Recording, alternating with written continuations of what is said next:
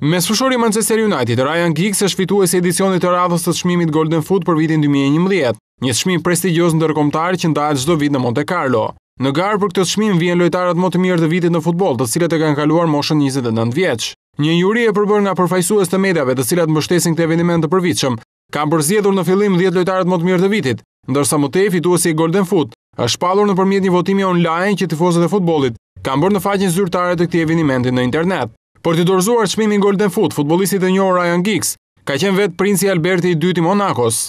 Edicioni i këtij viti për të zgjedhur fituesin e Golden Foot ka qenë edhe më i suksesshëm sa i takon klikimeve në internet për të votuar mbi lojtarin që do të fitonte këtë çmim, pasi në total janë regjistruar 326.000 persona, të cilët kanë votuar online. Mesfushori 38 vjeçari i Manchester United, Ryan Giggs, ka fituar vendin e parë, përpara Samuel Eto'o, Xavi Hernandez dhe Gianluigi Buffon. Por të theksuar është se organizatorët e këtij eventi i kanë dhënë çmimin e karrierës Javier Zanetit, lojtarit e Interit, për kontributin e jashtëzakonshëm në futboll.